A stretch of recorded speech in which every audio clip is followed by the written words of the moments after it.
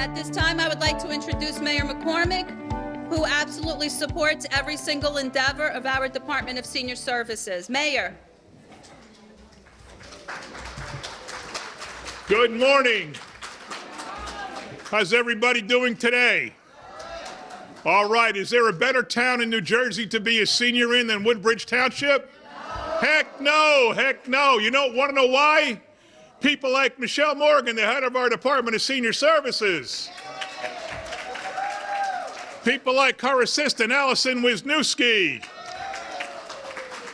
People like Jody and Renee in the back at the table, and Dawn on the administrative side. People on the social worker side like Colette and like Kristen and like Julie. People who run this great senior center here at the Avondale Knights of Columbus like Hank. People working the computer so we can see it like Leon. So this is something I love when we do these seminars. I love when they sell out. I love when everybody comes to them. I'm a former CPA, so I was in this field for a long time helping seniors with estate planning and life planning and figuring out insurance and figuring out wills and things like that. I haven't done it in a long, long time because I'm kind of busy being the mayor and I forgot all the rules, so I'm no good. Don't ask me on the way out, hey, Mayor, what do you think? I don't know. I forgot. It's been 20 years since I've done it, but I know how important it is. You all have assets to protect. You want to take care of your kids. You want to take care of your grandkids. This is important to know what you should be doing and when you should be doing it. So I'm glad that we run these seminars, and I'm glad we have the team that we have. So thank you all for coming out. Have a great seminar and have a great rest of the day.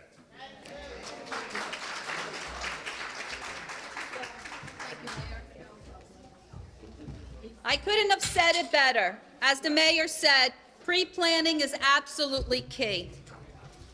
In our field of social work, we always have cases where we are confronted with, where we're dealing with families and with older adults, and the time comes and your wishes should be honored.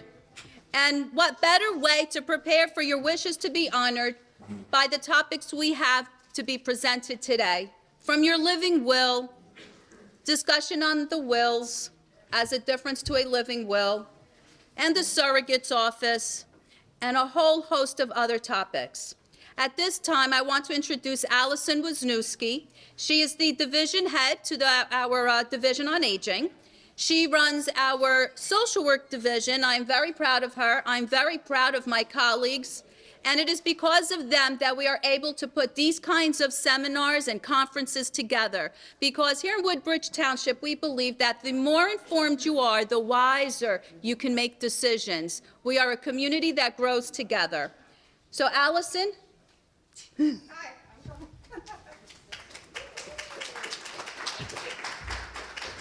Thank you, Michelle. Hi, everyone. So first and foremost, of course, I'd love to thank the mayor. Thank you so much for being here today and for all your support always. And Michelle, my director, thank you for all your support and everything you do for us. Of course, I wouldn't be able to put this conference. Can you guys hear me? No, I know. Okay, it's coming out? Okay. I would not have been able to put this conference together without my staff, my secretarial staff, who's here today, Jody Dawn, who's not here today but helped tremendously, Michelle Despodo, Renee Santos, my social work team, who I'm very proud of and works so hard for all of you. So my social work team, who I'm tremendously proud of, and thank you so much for all your help and the hard work that you do for the senior community of Woodbridge Township. Colette Curry, Kristen Lorenzen, Julie Hackler, and Melissa Krublet, who's not here. So thank you all for coming. This is a tremendous crowd, and I'm so excited. It's a very important topic, and you have a good list of presenters ahead of you.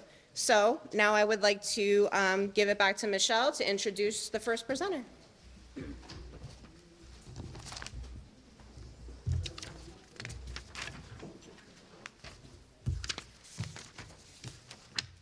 So our first presenter is Mary Catherine Lundquist. She has 29 years of clinical and administrative experience in geriatrics, specializing in dementia care, supporting family caregivers, training professionals, and providing community health education. She is currently the program coordinator of the COPSA Institute for Alzheimer's Disease and Related Disorders at Rutgers Health University Behavioral Health Care. COPSA stands for Comprehensive Services on Aging. The Care to Caregivers Helpline and COPSA Consultation and Education Services is also a part of what Mary Catherine runs. Mary Catherine. So good morning, everybody, and welcome. I am so glad that you are here today because I love this topic. I love to think about quality of life throughout our entire life, right? We always want to think about all the good things that we want to do. Well, I like thinking about the good things we're going to do up until the day we die. So if you want a good quality of life up until the end of your life, give me a hand wave. Who wants that? We all do, right? We want the best quality of life we can possibly have. It doesn't matter what we're going through physically, right? And we all know one day that we are going to die, right? That's like paying taxes. You have to pay taxes. You have to die. So this is a great chance for us to stop and think about what is really important to us. So we're going to talk about some legal things later, but this is more, we're starting with what's most important for you to stop and think about what your values are for yourself. And how can you reflect on that, and how can you write that down and let all the important people in your life know about that so that what you want for your life can be honored throughout your entire life. And also, everything we're going to talk about is going to relate to if you're supporting someone else. Maybe you have a spouse, or you have a sibling, or you have a friend, and maybe they're depending on you for some assistance. So all the things that we're going to talk about, you can use to kind of help them have the type of life that they want throughout their entire life as well. So you are so lucky to be here in this township because your team here really cares about you, and they've all given you your own free 5 wishes in your packet there. So this is a great document. It is a legal document, and we're going to talk a little bit about that. This is just the beginning of the conversation. So when you go home, you can look at it, you can think about it, and you can fill it out as well. And then it becomes your living advanced care directives. So we're going to talk more in detail about what that means.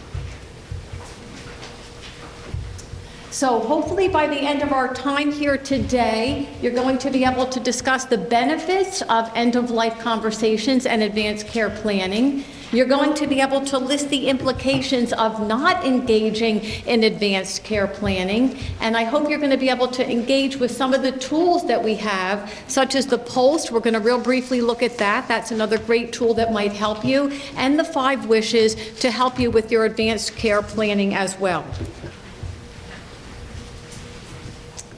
So first, let me ask everybody who is here today, has anybody completed an advanced care plan or a durable power of attorney or an instructive directive for yourself or for a loved one? Let me see a hand raise. All right, if you have a living will, if you have advanced care directives, if you've designated someone to be your durable power of attorney, let me see those hands again. All right, good. So that's probably less than half of our friends who are here today. We're hoping when you leave here today, you're going to be armed with information. So you're going to contact your lawyer, you're going to contact your family, and you're going to talk about these things because it's really important to have these things in place. Now, we know that it is not easy talking about these things, and it involves various things. When we're talking about end-of-life conversations, it means those things that may happen to us towards the end of our life. It could be the last few years of our life, it could be the last months, or the last weeks, or the last days, and then it can also be what happens to us after we die. Some of us think about that, right? Some of us might know now what we want when we do die, and our families know about that. But some of us maybe we haven't thought about that, or we haven't had those conversations with our loved ones as well. So, wondering from anybody who's in the room here today, have you ever had to take care of all these things for someone after they died and you didn't know what they wanted? Yeah, a few people, yeah. Was that easy or was it hard? It's hard, right? When you don't know what other people want, it's extra burden on the people who are still here. So that's a good reason why we should be engaging in these conversations now as well. We want it to be easy on us, and we want it to be easy on other people as well. So we can think about this related to ourselves and also someone who we are supporting. Is anybody in the room here today a caregiver? If you're providing care for someone, give me a hand raise. A few people, right? So sometimes the person we're caring for, they might not be able to articulate to us or tell us what they want for themselves. So we're going to talk a little bit about that as well, but we can do some of these things for other people to help them get the quality of life that they want as well. So the way I like to start this conversation is not to think about dying, right? Because, hey, that's a downer, right? Nobody likes to think about that. But I like to think about living. That it's more a conversation about how can I live my fullest life throughout my whole life. That's why I didn't wear black today, everybody. I wore my spring green because this is about life, it's about living. This is a happy topic. Thinking about the things that are important to me and what I want to accomplish in my life throughout my life is really, really important. So, does anybody here have anything on their bucket list? Do you keep a bucket list? No. All right. This is a great thing for us all to do. So sometimes people have a bucket list when they're younger, right, of things that they want to accomplish throughout their life. But everybody here has great experience. You've done many things. You've accomplished many things. But even when we are approaching the third or fourth act of our life, there are still things that are important to us that we want to accomplish. So I'm wondering from everybody who's here in the room today, if anybody wants to call anything out, does anybody have anything that they would like to accomplish on their bucket list, or something that maybe they want to do by their next birthday? Everything bungee jump. Oh, bungee jump, somebody said.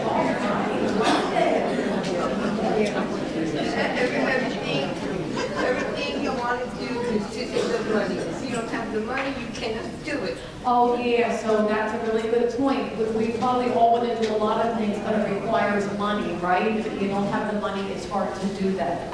You're absolutely right about that. So, but from the things that you would want to do that might be within your reach, what might be something that you might want to do? Travel. Travel is always a big one, right? Yeah. It might even be something like plant tomato plants and have a garden, right? Yes. Oh, did you say yes to planting tomatoes and having a garden? Yes, all right. Anybody else have anything that they want to do on their bucket list? I want to go to Africa. Go to Africa. Wonderful. Get out of the stuffy apartment and get a house. Oh, yeah. So if you're not happy with where you're living, right, maybe there's something that isn't going right in your life right now and you want to change that around, that's a great thing and a great goal to have. So it's really important for us when we're thinking about this topic to think about what is it that I want? What are the things that make me happy? What is important to me? Because when we identify these things, then we can structure our life in a way that will support that we can have the life we want up until the very end. And this is going to be different for all of us, right? We all have different things that feel good for us and are important for us. So you have in your little plastic bag, everybody has this handout right here, this little thing that you see in the corner, birthday bucket list, 50 things to do before your next birthday. So you take that and you look at that, you know when your next birthday is, right? So if you think, ooh, any of those 50 things sound good to me, and maybe you get a piece of paper or a journal, and you write down things that are important to kind of shoot for doing one that seems really achievable. So, is everybody able to find that, the 50 things you want to do before your next birthday? And if anybody doesn't have a copy, you just see us in the back of the room and we'll make sure that you get a copy. So then you also have another little paper inside your packet, and it's a list where you can write down your top things that are really important to you. Do you see that in there as well?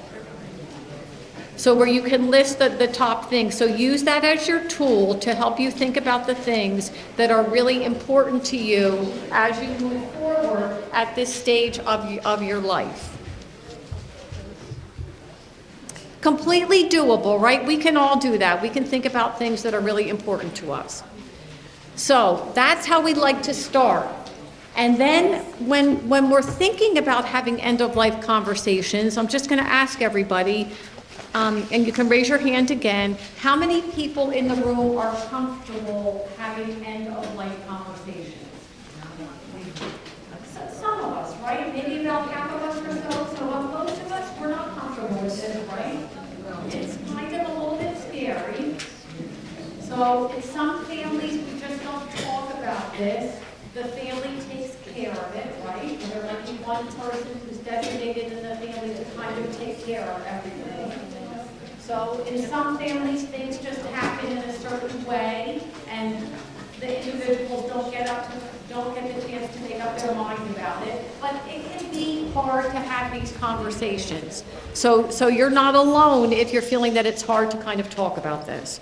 So let's talk about what some barriers are. So sometimes we don't want to talk about these things because talking about death is just plain hard, right? It can be really, really not comfortable at all. So, and then lots of times, this is a big reason, we have a lot of fear, right? I'm afraid, right? Yeah, I'm afraid about what might happen. We saw what happened during COVID, right? And how things happened, quickly when people got sick and everything that they kind of had to face. So for some people, talking about death, we feel like it might be bad luck, or we're afraid that we might upset other people if we bring up the topic too. So sometimes we might worry about being open about what we want because it might cause conflict with our other family members. Has anybody been in that situation before? Yes, all right. So sometimes you might want something different than what your family thinks you should want. So we're afraid to kind of bring up these topics. So other reasons, other barriers to having these conversations that are very common for people is that if we have an illness, we might, or the person who we're supporting has an illness, we don't know how it's going to progress, right? Okay. Doctors can tell us a little bit, but they might not be able to give us exact details. Has anybody been in that situation before? Where you just have lots of uncertainty about how things are going to unfold with an illness. We might not know about services that are out there like palliative care and hospice care. We might not know what's involved with that. Sometimes people think that hospice care is just something that you get a few days before you actually die. When in reality, you could be on hospice for a couple of years. And Medicare is paying for it. And hey, we want that, don't we? So we want that. So many of us don't know that hospice is there for us. It gives lots of great services. And some people who go on hospice actually wind up getting better and get kicked off of hospice.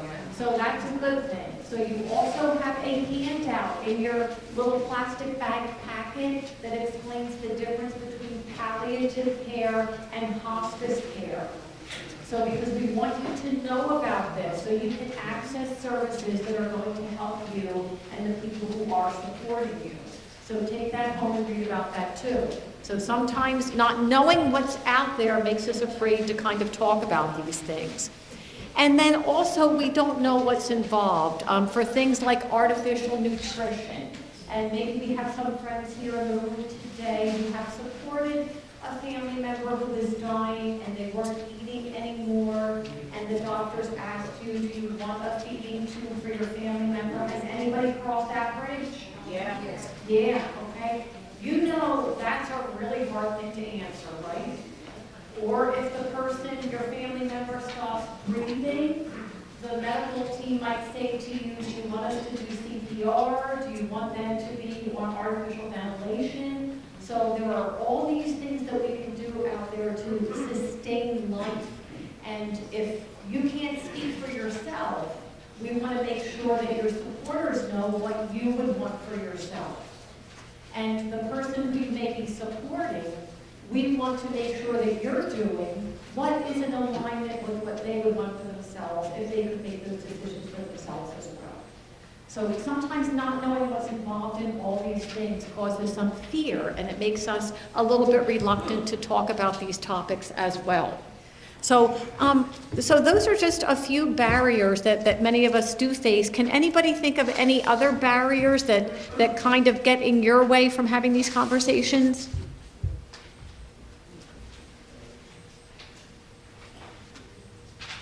Well, my sister, her man, just passed away. November 15th was buried in Morganville on the 20th. And he was a veteran, supposedly, I don't know that for sure, but my sister said so. And he was buried under Medicaid and ended up in a cardboard box. Oh, all right, so things did not happen And the way, yeah, things, anybody that's buried under Medicaid, they end up in a cardboard box. And in Morganville, they have a separate thing where only people that's buried under Medicaid are. oh goodness. Yeah. Well, that seems very unfortunate. So, Yeah. and so things did not happen the way you would have liked to happen with your sister when she died. So Not my sometimes, sister, but her man. oh, her man, okay, so sometimes these things happen, right? So there can be lots of things that kind of cause us concern. So that's why it's good that we can kind of talk about these things and get them out in the open now, so we can move ahead to finding out the best information to have the plan that we want as well. So now, aging in New Jersey, this is really important for us to understand that today in New Jersey, patients approaching the end of life are treated with more aggressive medical care than any other state in New Jersey. This type of care is often unwanted and burdensome to patients and accounts for costs that are 20% above the national average. Now, let's look at this from two sides, right? The good thing about this is that we live in a state where we have access to lots of medical care that can extend our life. That's good, right? Because if you want it, we've got it. The other side of this is if you don't want all that stuff, you might get it just because we have it and you went to a hospital and you didn't let people know that you didn't want that stuff.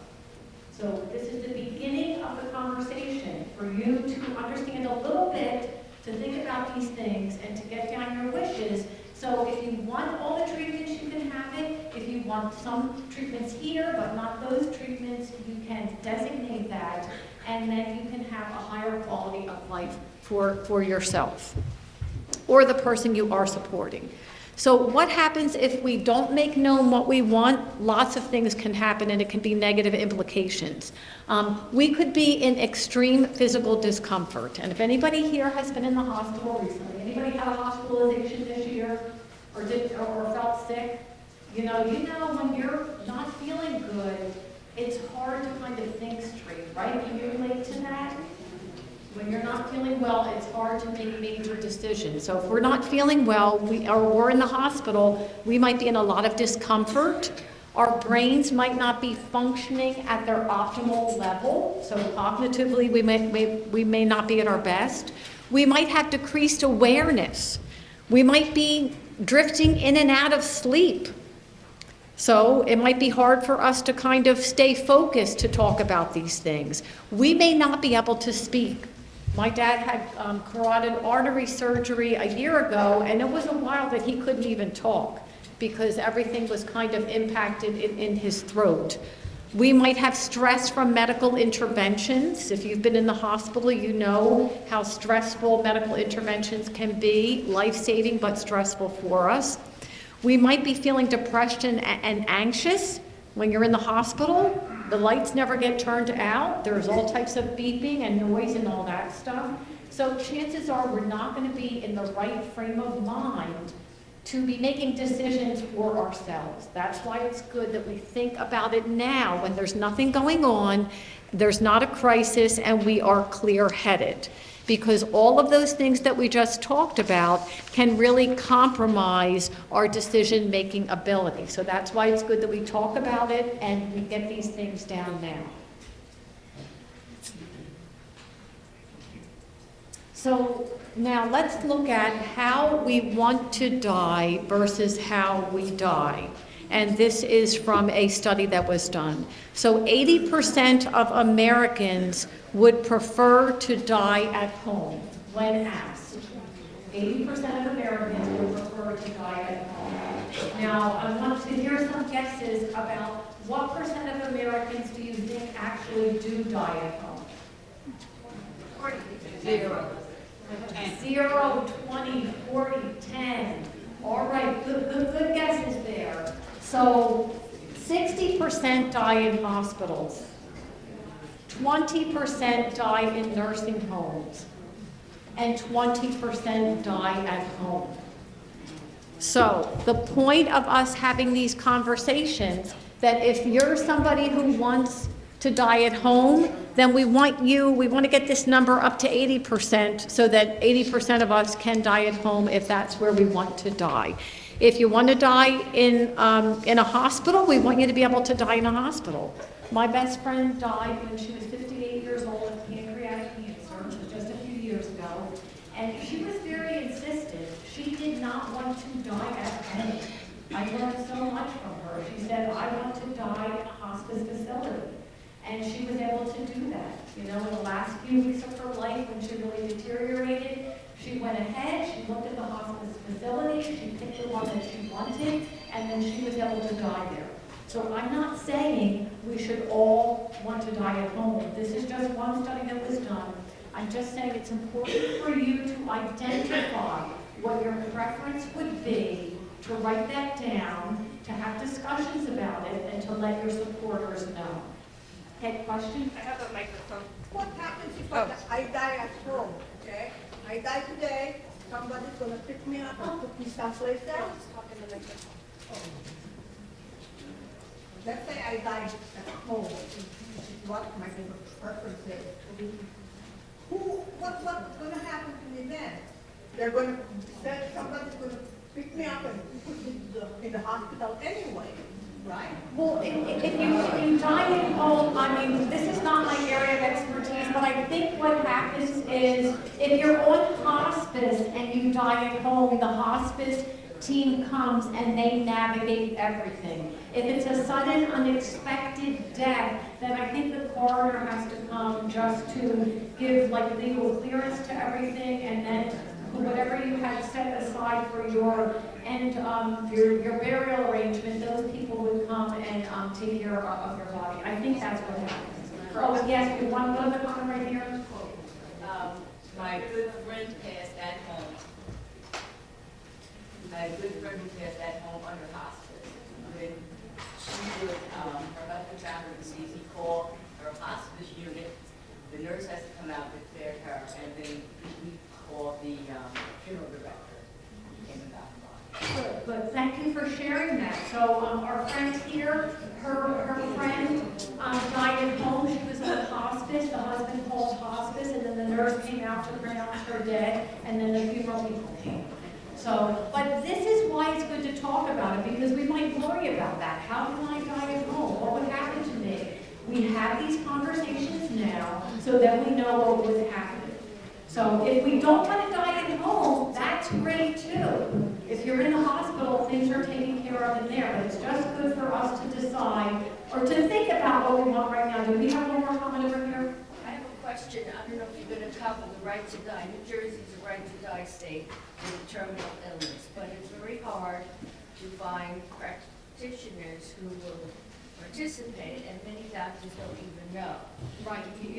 Yeah, thank you. I did not have that in this presentation, but yes, now in New Jersey, we're one of the states that participates in death with dignity. You're able to die if you want to. If you have a terminal illness, you can consult with, it has to be multiple doctors, and they have to declare that you have a terminal illness, you will not get better. Then you are able to self-administer medication, so you can take your life when you want to. So where you want to have that as well. So that's an option, but you're right, it's newer, not every doctor is going to participate in that. So anybody who has questions, any more questions about this, you can ask Allison and Michelle and the team here. You can call us at Care and Caregivers. We have our pamphlet in your flyer, and we're happy to connect you with other resources too. You also have a nice little handout in your folder that summarizes everything we're talking about here today, and there are links on the back so you can look up more of this stuff as well. So you're right, we do have options, and that's why it's good for us to talk about it, so you do know what your options are as well. So why is it good for us to talk about this? Lots and lots of benefits, but the main benefit is it closes the gap in the desired care and the delivered care. We want what you want to be what actually happens to you, all right? We don't want that what you want gets ignored. We want to make sure that you have every best shot of having what you want. It can improve the quality of life for you and your relatives too. You know, when you're lying there and you're sick, I remember this from when my father-in-law died. The family was fighting over his bed as he was dying. So because he got sick very suddenly, he had pancreatic cancer too, but he just took it, he turned on his mind, got very sick, and nobody could believe it. He actually wanted to die right away. He didn't want any treatment, but his family was fighting with him because they wanted him to live. So there was lots of fighting over him. And he said, please stop, I want peace. So when we talk about these things and have these things kind of said, it can kind of prevent the family from fighting or having conflict because we said, look, what we wanted. So that's really important. It can allow you to maintain a sense of control, all right? When we're in the hospital and we're really sick, we're not feeling well, things can be taken out of our control. If we write down our wishes, that is the guiding plan, and that can help us maintain that control as well. And then it can also decrease our worry about the future. So anybody here worry about the future? Give me a hand wave. We probably all do, right? But if we think about it and if we start to write it down, then maybe we're not going to worry so much about that, all right? It could be one last thing. We can say, oh, I thought about that, my plan's in place, my family knows I can rest a little bit easier tonight. Yeah. Well, I don't know if that's coming in the mic, but anyway, I feel that hospice does not save you. They just let you die. The comment is, I feel that hospice does not save you, they just let you die. And yes, the purpose of hospice is to be there to support us when there is no hope that we will recover.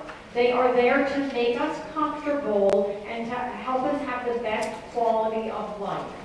So that's what their purpose is. Now, there are lots of hospice organizations out there, all right? There are for-profit hospice organizations, and there are not-for-profit organizations, hospice organizations. So like everything else, you kind of have to shop around to find one that kind of fits with what your philosophy is. There's one around us where they'll send a harvest to your house. They have volunteers who are bringing you soup every week. They'll send a masseuse to your house.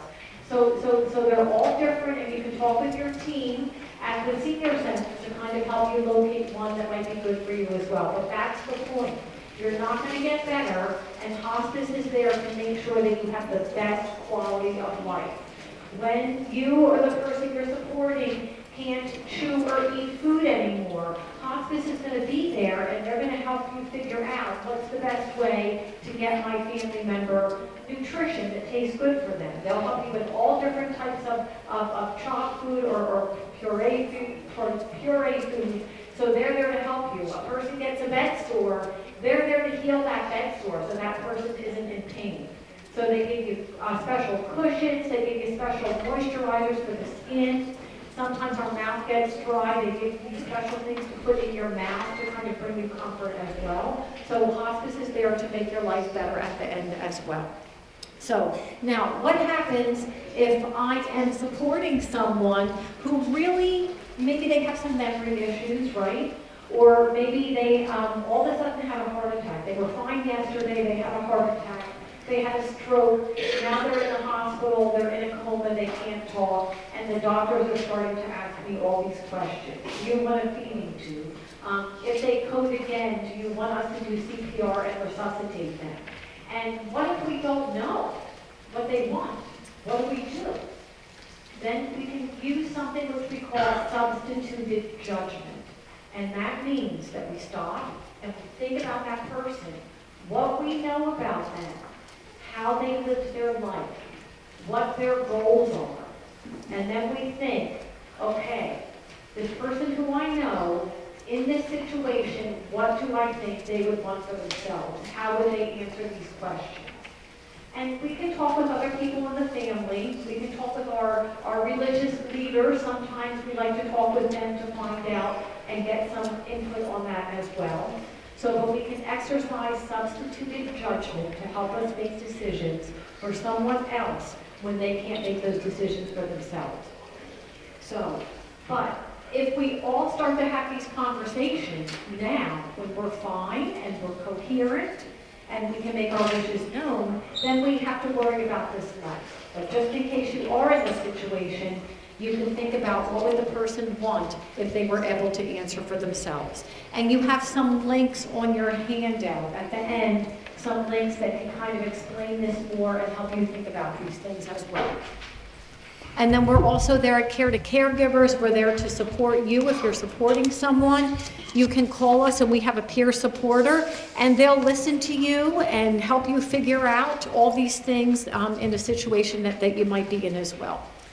So now a couple things, and maybe other people are going to talk about this a bit more later, but this is just a basic document. You can get this off of the state website, and this is the healthcare proxy. So this is when you appoint someone to make healthcare decisions for you in the event that you cannot make your own healthcare decisions because you can't talk or you're not coherent at the time, or maybe you're in surgery and you have to have a decision made. If you can't make that decision, your healthcare proxy makes that decision. So this is a basic form that you can fill out from the state website. But what we're sharing with you today, your bonus gift for coming here, is you have your own free 5 wishes, which also covers this. It's a much more comprehensive document. So I'm just letting you know that there's another way to get that out there as well.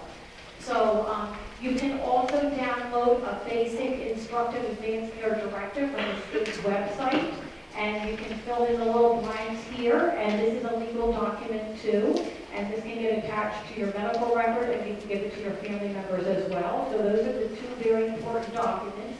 But we're also going to talk about how the 5 wishes encompasses all of those things in a really beautiful way that honors you and that shines through who you are and what's really important to you. So, did everybody see that in their packet there? There are 5 wishes book. Why don't you pull that out and get that ready, because we're going to look at that a little bit together. There's those in her section. Just to introduce you to it, it's blue on the front. It looks like this on the front. So, you are the lucky recipient of your own free 5 wishes. If you want to get some for your family members, you can go online and you can order them. They're not that expensive. If you want to do it electronically online, you can even fill it out online as well. You don't have to put it on a paper form. I think it's in something like, I don't know, 32 different languages, so which is great as well. You can get those all online as well. So we're going to just watch a quick video here about a couple who used the 5 wishes, and they're going to let us know how important it was to them. And Chris is going to help us get the video going. I never forget when my mom, got sick and we were in the room and the nurse asked us, who would she like to want to make the final decision when it comes to that. And my brother, who's the oldest, was right there by her bedside, and I was there by the door, and she said, Tanja, and my knees kind of buckled for a minute, and I thought about it, but I knew she knew that I would not let her suffer. A lot of time, family members, we want to see our families linger because we want to have time to maybe make up, for things we didn't say, or things that we didn't do, but we have to honor those, and the fact that we get to do that in a beautiful way, and 5 wishes will allow us to say, okay, this is how you do it, because a lot of times people, when it's taboo, they don't know what to do, and now having this document saying this is how you do it is gonna not only encourage and edify, but also empower people to have a conversation. And that's why I'm so excited, about 5 wishes and being a part of this board, because we get to now change the narrative in communities of color. So that's one couple's experience with that. She went through with her mom, right? Anybody go through this with a parent to have to make decisions for them? Right, yeah, it's hard. So us taking the time to do our own 5 wishes can really help us make sure that things go the way we want to go when that time does come for us as well. So we're going to look at, now it's called 5 wishes because it's divided into 5 sections, all right? So the first section is, if you want to open that up, and we're going to look at that a little bit. The first wish is for who do you want to make these really important decisions for you, all right? The person I want to make healthcare decisions for me when I can't make them for myself. So, and that's on page 4. So open up to page 4. Now, remember when I showed you before, you can use the healthcare proxy form from the state website, and that's a legal document. This is a legal document too. Then why we love the 5 wishes is because it wraps it all into a nice little packet here that is so beautiful and comprehensive. And what I love about it, it really takes into account the spiritual side of ourselves, right? I don't know about you, but for me, the spiritual stuff is really important, especially when I'm thinking about leaving this earth. I want to make sure all that spiritual stuff is included too. So that's why this is such a great document. So now, it's important for us to think about when we're deciding who our healthcare agent is going to be.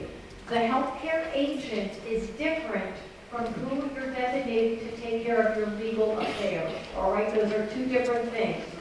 So you have hopefully a durable power of attorney. A power of attorney is when someone else can have the power to execute legal things for you. A durable is that if you can't speak for yourself, that person can do it when you are incapacitated. So that's completely different from who you're designating as your healthcare proxy. So, and sometimes it's good not to have the same person doing both things. Say you have a couple children. Maybe you have one who's in healthcare, maybe one who's a nurse, or somebody who's just better with the medical stuff. You might want to have them be your healthcare proxy. And then you might want to have somebody else who's in your family who's good with the finances to take care of your legal and your financial affairs. All right? Does anybody have any questions about that? What questions do you have about that? Over here. I have a living will. A living will is a 5 wishes. This is just a different kind of living will. It's a kind of a more expansive living will where you can designate specific things that you want. So if you have a living will, when you go home, pull it out, all right, and read it over. We're touching on some additional topics here today, maybe some things that we're talking about here today. You might want to add to your existing living will. Or you might want to say, hey, I want to update my living will, and I'm going to do that by filling out the 5 wishes. Once you do that, this is your legal document. In New Jersey, this is a legal form, yes. Does it have to be notarized? Yeah, on the back in section 5, it tells you all about that, what you have to do. And you can change it at any time as well. So that's the first thing to think about is who do I want to speak on my behalf? So if you haven't designated that person, you want to start to think about that, and then you want to note that. because you want it to be somebody who's going to be in alignment with what you want. I once had a person tell me that they did not make their adult children their healthcare proxy, because this person was very insistent that she didn't want to be on life support. And she said that she felt her children would have a really hard time honoring that, because her children wouldn't let go of her, and they would want her to be here, and they would keep her on life support. So because of that, she didn't want to put them in that situation. She appointed a friend who she knew would put a club. So, because her kids would not be able to do that. So that was just, one illustration of somebody who thought about who's going to be the best person to make these decisions for me. And she didn't pick people who was going to be really, really hard for them to carry out what her wishes would be. Yes? Don't you need the person's permission? Well, I would definitely ask the person, yes, because you want to pick a person who's agreeable, right? I would want to pick a person who I felt comfortable with and who I could sit down and review what's in my living will, my advanced care directives, my 5 wishes, and I would want them to say, yes, I will honor that for you, and I will do whatever you have spelled out there. By all means, just don't pick somebody and then don't tell them you really want to go over all of this. One more question on this? No. Okay, no, okay. You were fixing your shirt there, all right, good. So that is the first thing. And, it's things like if you want to donate your organs, you want that person to kind of know about that. And if you look through on page 5, you'll see all the things it kind of talks about. What if you have to go to an assisted living or to a nursing home? You give them permission to make decisions on that. Decisions to request, take away, or not give medical treatment. You tell them exactly what you want. Or what if you want to be moved to another state to be closer to other family members? You can give them the power to do all those things as well. And then, as you see on the bottom of page 5, if I change my mind about having a healthcare agent, it tells you what to do.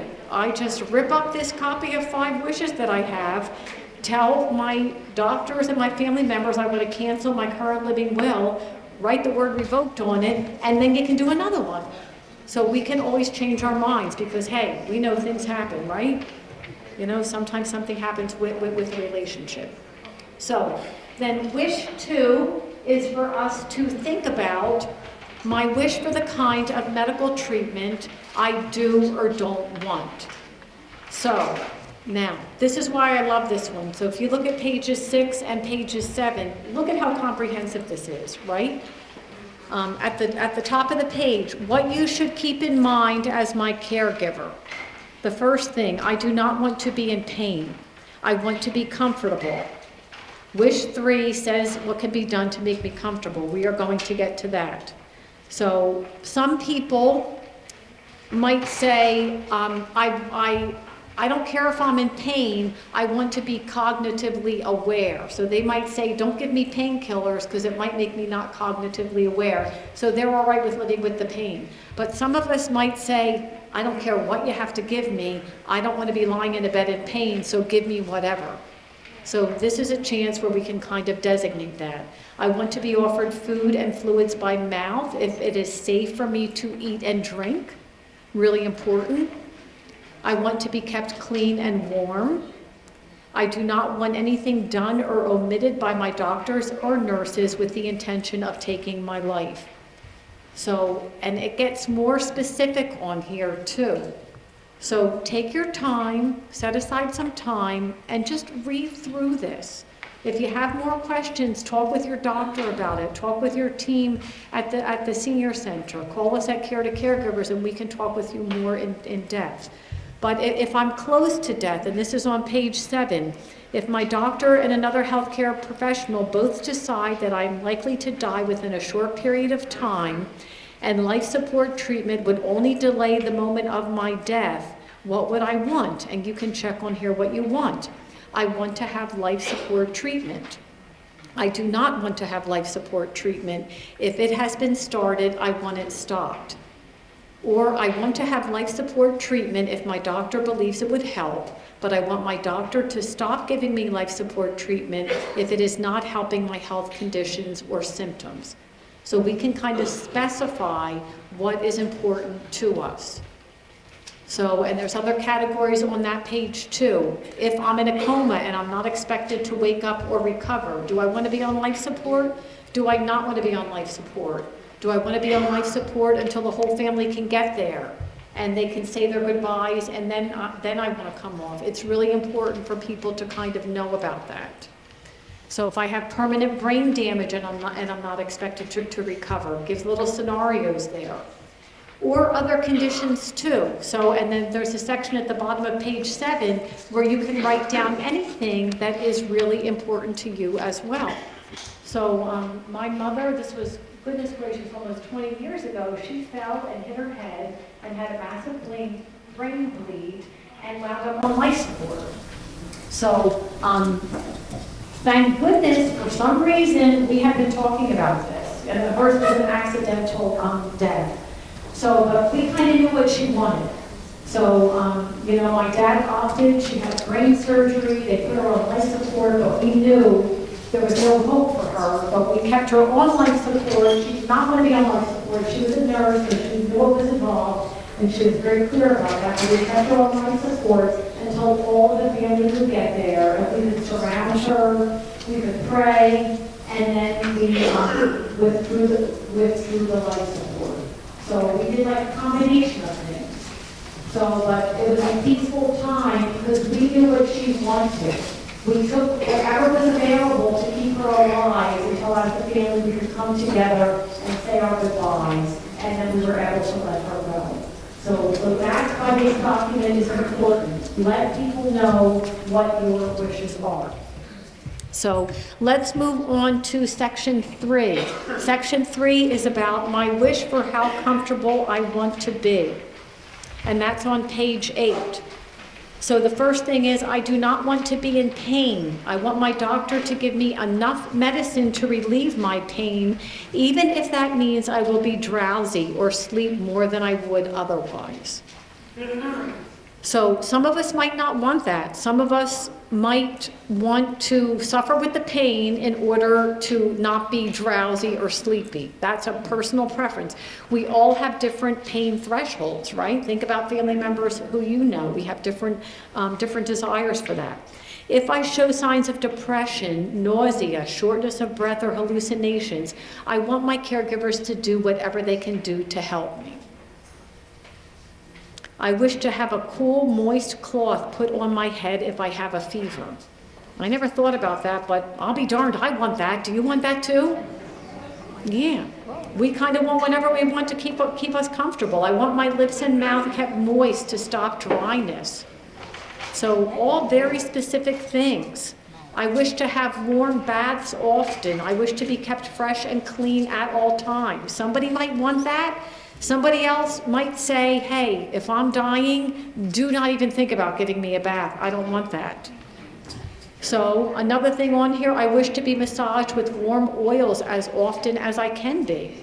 That sounds pretty great to me, but I think if I went near my husband, if he was dying with warm oils, he would like kind of say, get away from me.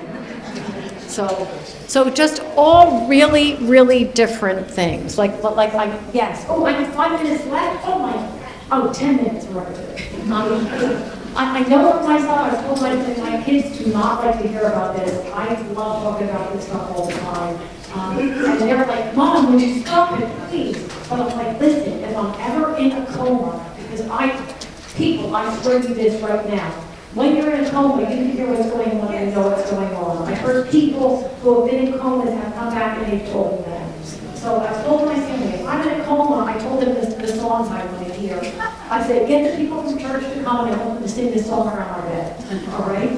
So I told them that, and I said, if I'm in a coma, would you move my bed over near a window? Because I really love to feel the sun on me. The sun coming through the window. That's really, really important. So if I'm in a coma, if I'm dying, I love to feel that sun coming through. I love it even more if you can open the window and I could hear the birds and I could feel a little breeze blowing by on me. I prefer for my end days to be in that environment than in a hospital with beeping and overhead fluorescent lights. So that's really important to me. Those are things in my 5 wishes. And hopefully I'll have a dog at that time. My current dog, hopefully I'll be able to live longer. He probably won't live that long. But if I have animals, I want animals to be right there, laying in the bed with me. So that's really important to me. That's what's in mind. So think about what's really important for you, and these are things that you want to put in your 5 wishes. So you can see this is a bit more expansive than what you would put in like a typical advanced care directive or living will. This is really kind of broad, and I think it kind of encompasses the whole person, which is why we really love this document. Wish 4, which is on the bottom of page 8, my wish for how I want people to treat me. I wish to have people with me when possible. I want someone to be with me when it seems that death may come at any time. And again, that's different for all of us. We recently supported a family, and her husband was in a nursing home, and the end was imminent. They had hospice, and they knew that he was going to die within a few hours, but they also knew that he would want to die without anyone being there because that's who he was. So they left, and they went home. And he died like 2:30 in the morning, and they knew he died that time. So, but they felt that they were honoring his wishes by not being with him. You might want someone to be there with you, right? Or your family member might want you to be there with them. So that's why it's good to kind of think about that and to let other people know about that as well. I wish to have my hand held and to be talked to when possible, even if I don't seem to respond to the voice or touch of others. Some of us like to be touched when we're not feeling well. Some of us don't like that. This gives us a chance to kind of specify that. I wish to have others by my side praying for me when possible. Some of us might like that. Some of us might not like that. I also have in mind, if my husband is still alive, he will not be sitting in the room with the news on 24/7. Because I will awake myself from a coma and go over and turn off the TV. So but just think about these things. What's the kind of environment that you want? When my best friend died and she was in hospice, it was really important to her that there was soft music playing, and the lights were very painful for her. So she had those, those little battery-powered lights, you put the little batteries in and those little twinkle lights. Those were the only lights she had on in the room. So she was able to say, this is the type of environment that I want. This is who I want to be there. So this document really helps us kind of specify all these things. And I love this one at the last one on wish for, I wish to be called by my name, please call me. And maybe we have a nickname, you know, or we want people to call us that, or if we're in the hospital, maybe we don't want to be called Mrs. Smith or Mr. Jones by our healthcare workers. Maybe we want them to call us by our nickname. You know, because that's going to be comforting to us. So this document allows us to kind of specify all those things. And then section 5 is where we kind of wrap it all up, and that starts on page 9. And there's a chance at the top, there's lots of things. You can cross off some things that aren't important to you. I wish for all my family members to make peace with each other before my death, if they can. Yeah, isn't that a dream, right? Yeah. We all wish that, right? I wish for my family and friends to think about what I was like before I became seriously ill. I want them to remember me in this way after my death. So this gives us a chance to kind of think about what do we want to happen after we die. I already know what I want at my whatever service they wind up giving me. I'd like to have one of those Greek burials too, you know, if possible, just put me in the ground and let me rot. That's important to me. Might not be to my family, but that's really important to me. So this is a chance where you can say, what do I want after I die? Do I want to be cremated? Do I want to be buried somewhere? Do I want my ashes to go somewhere? Do I want a party? Do I not want a party? What do I want people to say? Where do I want it to be? It's a chance to kind of get input into that as well. So I love this one too. I wish for my family and friends to get counseling if they have trouble with my death. I want memories of my life to give them joy and not sorrow. So it's a nice way to kind of leave some good assistance for people after we die as well. And then when you look on page 10 and you look on page 11, it tells you exactly what to do once you're completing your 5 wishes as well. You get a witness, you sign it, you get witnesses there, and you get it notarized, and then it is your legal document. And then you want to, and it tells you what to do with it too. You want to keep it in a place. You want to share it with friends and family so they know about it as well. So that's the 5 wishes. That's your introduction. Let's let today be the beginning of the conversation about this. All right? On the handout that you have, there's lots of other things that you can check out that will help you have these conversations too. There's one other thing I just quickly want to mention. This is a different type of form that can be filled out with a doctor. It's called the POLST form, P-O-L-S-T. You have a copy of one in your folder as well. This is about exact medical treatment that you would like to have once you're diagnosed with a serious illness or a family member is diagnosed with a serious life-threatening terminal illness. This is a document you fill out with the doctor or the nurse practitioner, healthcare provider about what treatment you want and how long you want it. I'm going to give you an instance. Like say the grandfather has cancer, and there are some treatments out there, but he really doesn't want to take those treatments because of the side effects. But he has a granddaughter who's getting married in June. So he might say to his doctor, I want you to do whatever you can to keep me alive so I can go to that wedding in June and dance at the wedding. But then after the wedding, a month later, I want to stop all those treatments. So this is more directive with your healthcare providers about what treatments you do and do not want. You take this form to your doctor will have it too, and they'll sit down and talk with you about what your options are for the treatment, for your specific illness, for your family members, and then you can decide on what you do and what you do not want. So again, any more information that you want about that, I'll be here for the next 15 minutes. You can ask me in the back. You can call a secretary of caregivers, and I'm here to support you with that as well. You want to keep these conversations going. We don't talk about this once and then not talk about it again. We can talk about this for years. I can talk about this for years with my kids. So keep the conversation going. And then we want to be respectful of differences. We all have different thoughts and beliefs based on our faith traditions, our own personal values, and our culture as well. So let's be respectful that even people in the same family might want different things and be respectful of that as well. So, we're running out of time here, so we're going to skip this question. But please, there's a little form in your packet if you want to fill that out to let us know what you thought about this presentation here right now. You can leave that in the back when you do leave. And if you have any further questions about this, or if you want to talk with one of our counselors about this, we're there to support you as well. And our telephone number is on all our handouts in the packet as well. So I think we're done, right? We've been our time free.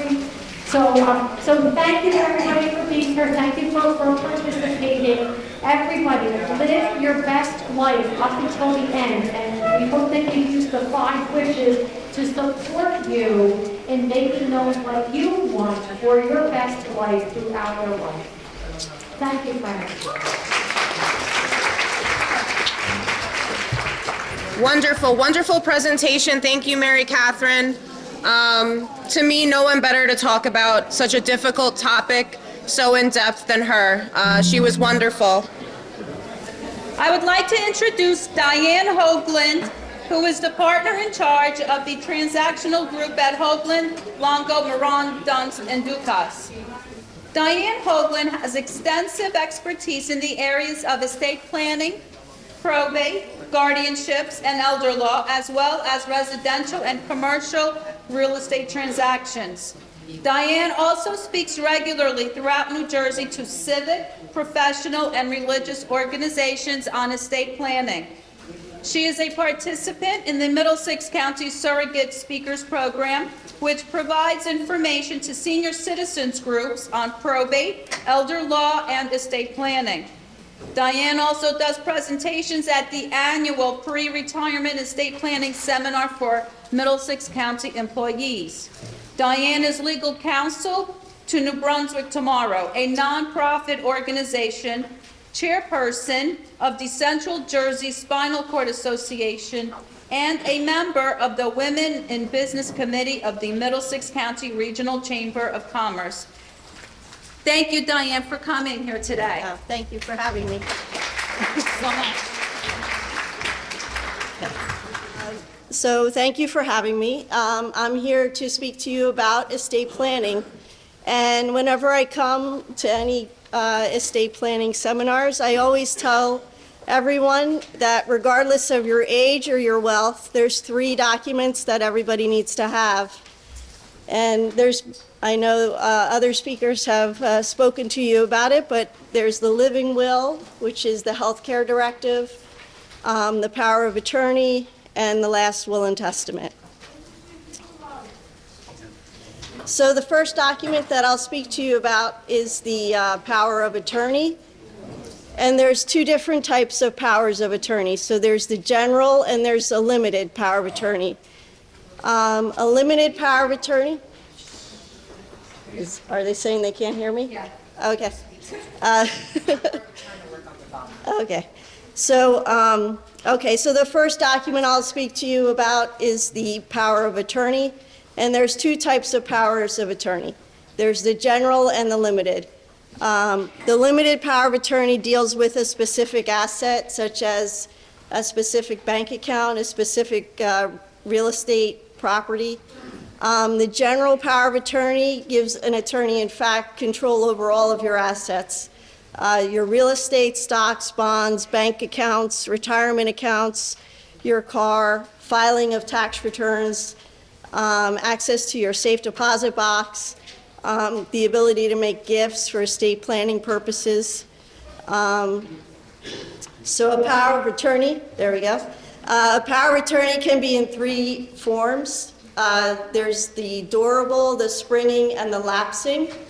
The lapsing power of attorney lapses when you become disabled or incompetent.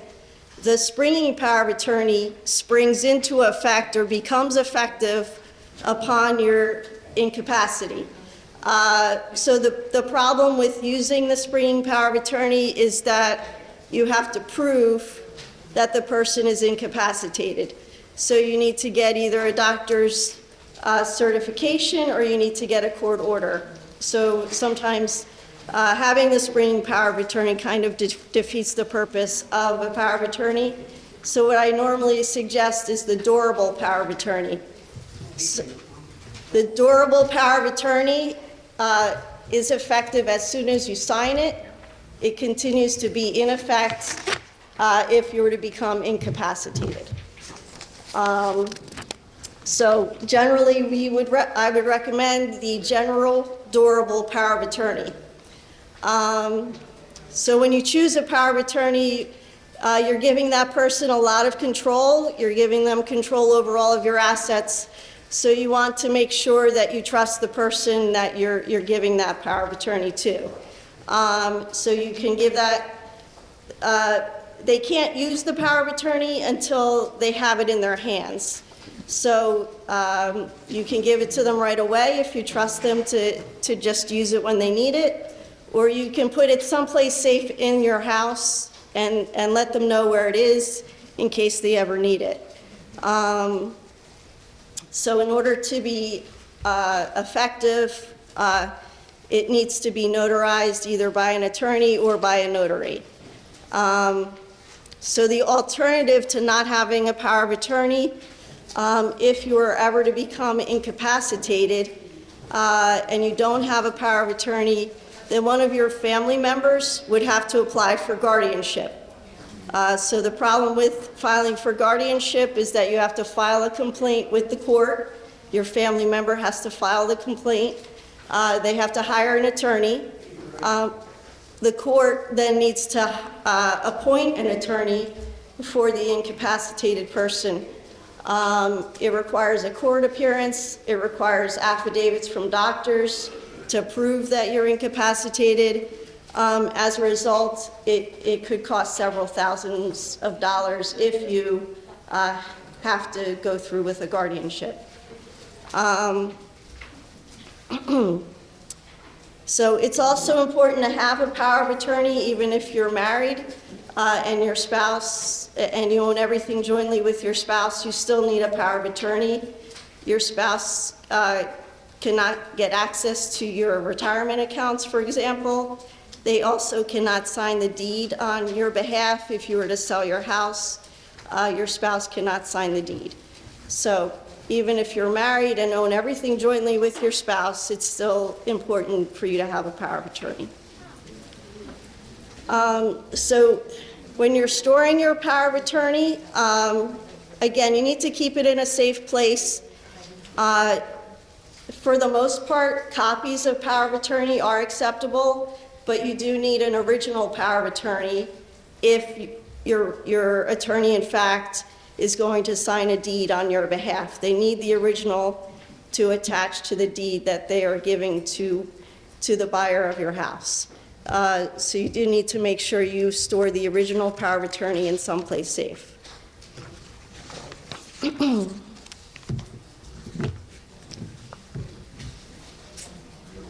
All right, so the next thing I'll talk to you about is the way you title your assets. So a problem can arise if, for instance, you decide to put your child on a bank account with you as a co-owner, as opposed to just giving that child the power of attorney. So the problem is that when you make your child the joint owner of an account, that is your child's account as well. So if you have more than one child, for instance, and you pass away, that account would just then go to that child, as opposed to going to all of your children equally, which is what most people want to have happen. So again, the power of attorney in that instance is very important. There's also different ways that you can hold real estate. You can hold it as joint tenants with right of survivorship. That means if one person passes away, the surviving person becomes the 100% owner of that property. The other way to hold real estate property is tenants in common, meaning that you own an equal share. If one of you were to pass away, it does not automatically go to the surviving owner of the property. It would go through your will, or it would go through intestacy if you do not have a will. If you own property with your spouse, then it is presumed that you own it as tenants by the entirety, which is similar to joint tenants with right of survivorship, meaning that when you pass away, your spouse will automatically become the full owner of that property. They don't need to have a deed transferred into their name. It's just a presumption that it automatically goes to your spouse. Yes? The joint ownership, if I have an investment and I have joint ownership with my grandson, would that be negated by the power of attorney? No. No, so however you hold your bank account will override whatever you have in your will. So if you own a bank account jointly, that property will, or that account will automatically go to the joint owner. It will not go through your will. Okay.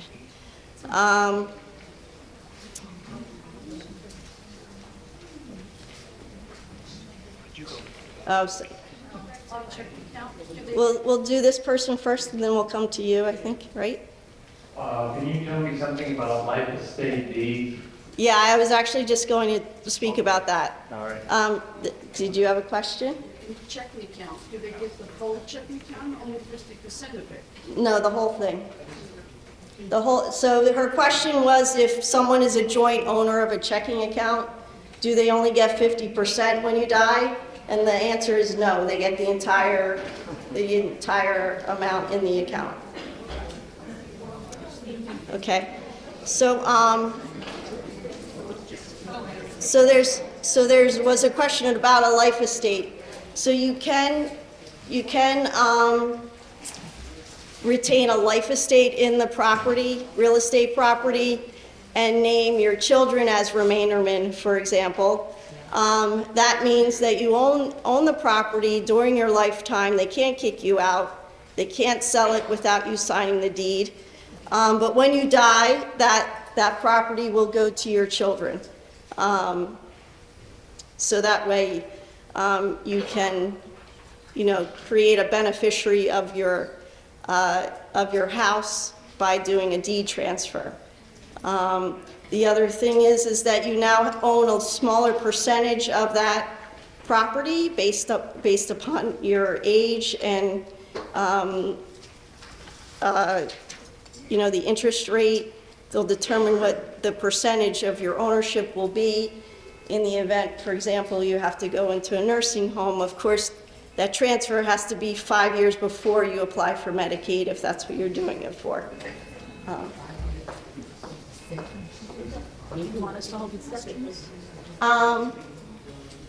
So I think I'm going on to the will, do you have any questions about the power of attorney? Or, So we'll start, over here. 'Cause she Okay. had her hand raised. So I'll come to you. Got to speak closely into the microphone. Does power of attorney have expiration date? For how long can it stay in effect? well, so it should stay in effect until you do a new one, if you do a new one. Unfortunately, there are banks that will only accept it if it is 10 years old or less. So even though that's not the law, that's what banks require.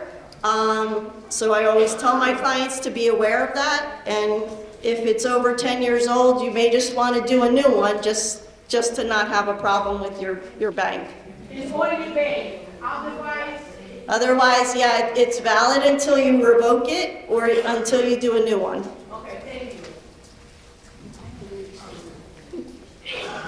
How about Medicare and Social Security? If you have a durable power of attorney for someone, do you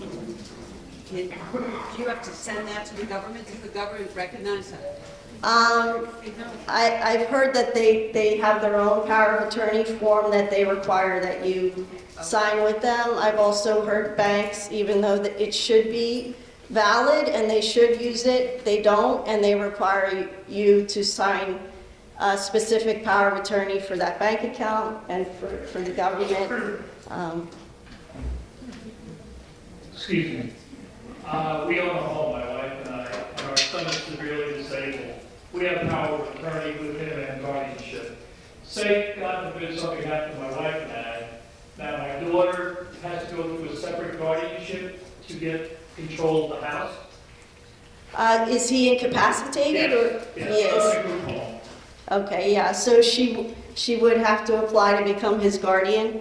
You could at this point apply for her to become a co-guardian, if you want to do that before you pass away. I've had people do that. I would have to think about that, yeah. Yes? Just wait for the mic.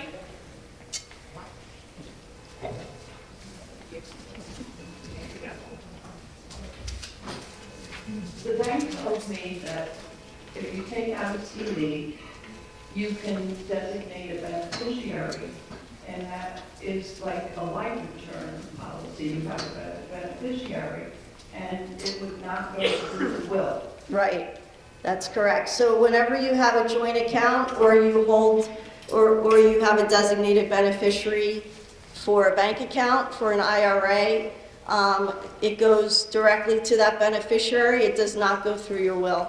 Thank you. Yes, payable on death is the same thing. Payable on death and beneficiaries. Okay. Okay, so I'll start talking about the last will and testament. and the importance of having a will. So the problem with not having a will, as the surrogate's office will probably speak to later, but your family member will have to apply for administration. So it ends up that if you have to do that, it ends up being more expensive than if you just went and had a will done. The administrator will have to pay a premium on a surety bond. The bond is going to be based upon the size of the estate. So the larger the estate, the larger the insurance premium is going to be. So for that reason alone, you should try to have a will, just so you can avoid the necessity of your family members having to apply for administration. So the other issue is that if you have a will, you can determine who you want to be the beneficiaries. Otherwise, there's a New Jersey statute that determines who your beneficiaries of your estate will be if you die intestate. So one example is if you have a spouse and children, and all of the children are from that one spouse. If you die without a will, the spouse will get everything. If you have a spouse and children, and it's a second marriage, and you have children from a prior marriage, then the statute determines how much your spouse gets and how much your children will get. So for instance, in that case, the spouse gets the first 25% of your estate, not less than $50,000 and not more than $200,000, plus half the balance, and the children get the balance of your estate. So there are times when you want your children to get more, and there's times when you want your spouse to get more. So for that reason, for second marriages, when you have children from a prior marriage, it's good to think about those things and to prepare a will so that your estate gets divided up the way you want it to be divided up, as opposed to the way statutes, as opposed to the statute. So I'm just going to go through the will, and then I'll take questions after that, if that's okay. Does that make sense? Okay. Another benefit to a will is that you can protect minors or disabled children. You can prepare a separate trust for special needs children. It's called a special needs trust. You can create trusts within your will for younger children, for grandchildren. You can set up a trust for those children so that they can have the money held in trust for them until they reach the age of 25 or 30. You can split it up, half at 25, the balance at 30. You can split it up any way you want, depending on the maturity of the child. You can select an executor, and then it will provide that the executor can serve without bond, therefore they don't have to go and get that premium that I spoke about. You can select your beneficiaries, as I went over before. And then, as I also noted, you have to be aware that if you do hold assets jointly, or if you name beneficiaries in any of your accounts, those assets go in accordance with those designated beneficiaries or in accordance with that joint account. They do not go through the will. So you really need to be aware of that, particularly when you put your children on your bank accounts for convenience. That could cause a lot of heartache and family problems. So just be aware of that. As far as the original will, it's very important that you keep the original will. Only the original will can be probated administratively through the surrogate's office. If you lose the original will, please go back to your attorney and go sign another one, even if it's the exact same thing. It's really important to have an original will. If you only have a copy, you cannot probate it through the surrogate's office. And probating through the surrogate's office is very easy. It's $100 or so to probate an original will. If you don't have an original will, then you have to hire an attorney to file a complaint to have the copy of the will probated. So again, thousands of dollars if you don't have that original will. When you do prepare your new will and your new power of attorney, please destroy the old ones.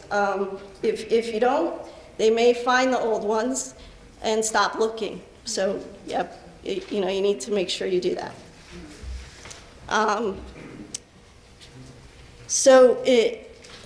If you have a very old will, prior to 1980, only 2 witnesses were required.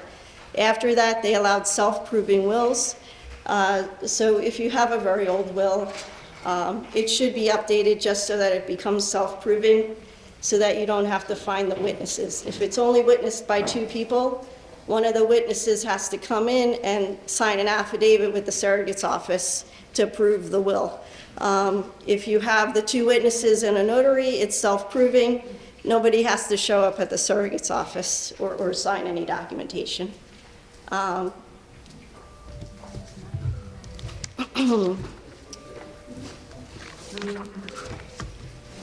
So there's there's not a lot of tax planning that's really required anymore. The federal estate tax exemption is really high at this point. There's not a lot of people that have to worry about that.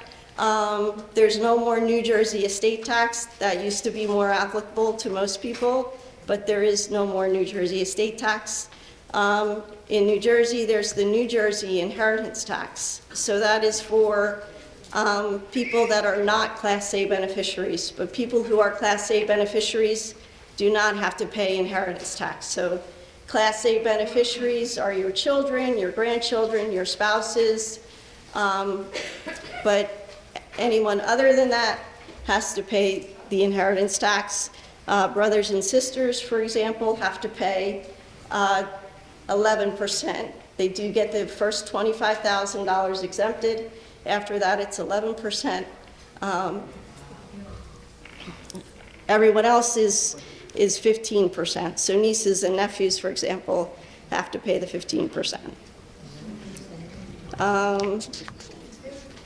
If I can take questions now, if you have any questions about wills. Is there a monetary value, like after a certain amount, a child would have to pay taxes on? So the federal estate tax limit now is $13 million. So there's not a lot of people out there that I know of that have to worry about that.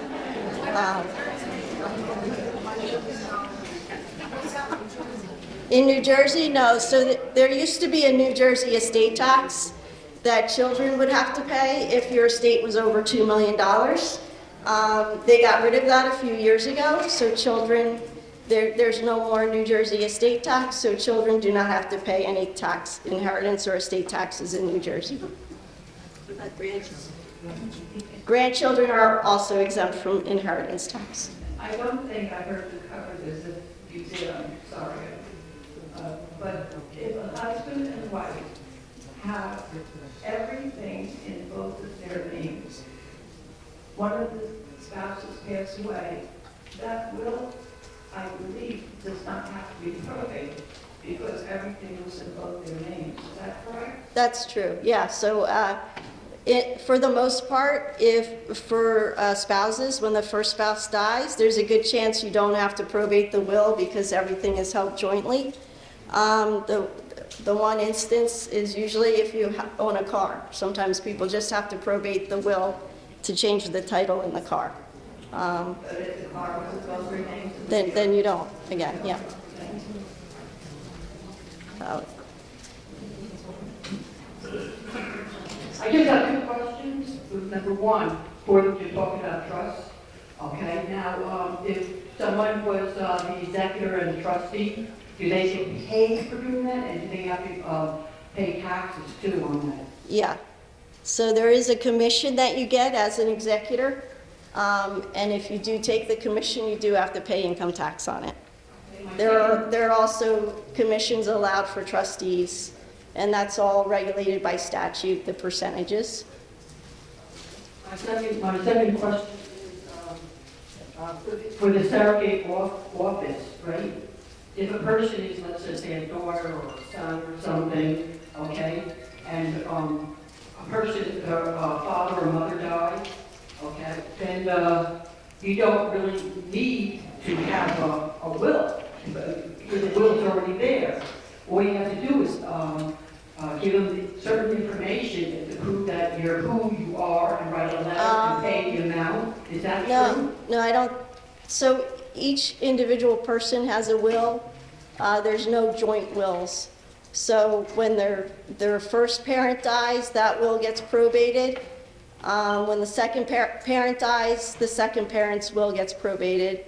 So you do have to probate. No, if both people die, okay, the mother and then the father dies later, all you have to do is, one is pay it, two, prove who you are, and have a death certificate of the person who died, but you don't need a will. You don't have to give them the will because the surrogate has the will. The surrogate can answer that question. Yeah, I don't think I understand the question, but I think you do need to, when someone dies, you have to present to the surrogate the original will and the original death certificate, and the surrogate will then issue you the executor's certificate. If you die without a will, then you have to apply for administration.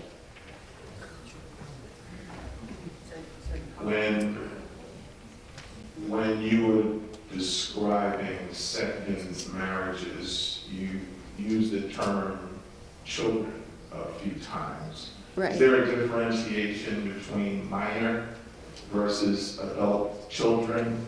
And I'm sorry, was that the no? No, if they're children, regardless of minor versus adult, yeah. Okay. Is there any requirement about adoption of the children from the first marriage by the spouse of the second marriage? So if you adopt a child, that is considered your biological child then, and they inherit just like your biological children. And if you don't have, if there was no form of adoption, is there any? Then they're a stepchild. Yeah, they do not inherit through intestacy like biological children do.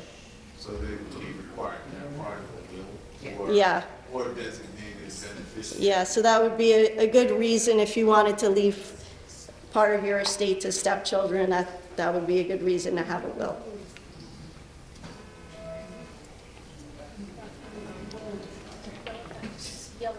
I yell it out.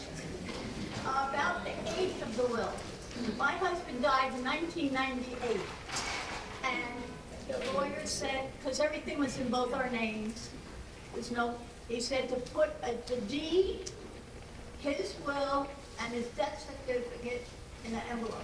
Okay. So it's still in both our names legally. But his will, I have no idea how old that is. Well, so the only reason he probably told you to keep the original just in case something came up that you found that was just in your husband's name, in the event you had to probate the will and had to transfer that out of your husband's name into your own. So the will could be 40 years old. Right, you can, as long as it's original, you can probate it, as far as I know, the surrogate. My will. And then you have, yeah, so your will does not get probated until you pass away. Yeah. Yeah. So I have a question. So, She's not finished yet. so you were saying an old will isn't legal? I didn't say it's not legal, it's burdensome. If you have a will that was done before 1980 and it only has 2 witnesses on it and it's not notarized, because you have to find the witnesses in order to probate the will. That's a long time ago. Most people have updated their wills since then. But the point is that in order to easily probate your will, it should be witnessed by 2 people and notarized. It's called a self-proving will.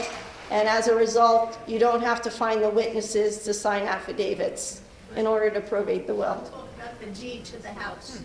The deed to the house is recorded. So even if you lose the original deed, it's not a big deal. It's recorded. We can always find it, do a search, and we'll find the deed. I got his death certificate and his will, which could be 50, 60 years old. Right, yeah. It's probably not needed anymore, but it doesn't hurt to keep it. Yeah. I think there's someone in the middle there. Okay, so my question is, you talk about children with second marriages, so if there's no will, and say the husband dies, the current marriage, the current wife doesn't get all his property that would be divided amongst his children, is that correct? So you're saying if her husband dies and he had children from a prior marriage? Correct. It gets split. So there's a percentage that the wife gets, and there's a percentage that the children get, and it's according to statute. So if that's not something that you want, then that's a good reason to have a will, because you may want them to have different percentages than what the statute states. The statute just, comes up with a formula. If people don't have a will, they have to figure out how should we divide it. If someone doesn't have a will, they have to have a rule on how to divide it. Is that just the same in New Jersey, or that's just for?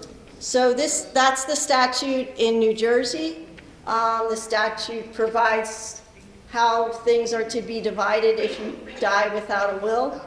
I believe probably every state has an intestacy statute, but every state is different as to what their laws are.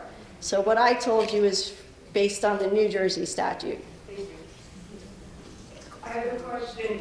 If you do not have a will, where does your estate go? Does it go to the state? No, so it goes by statute.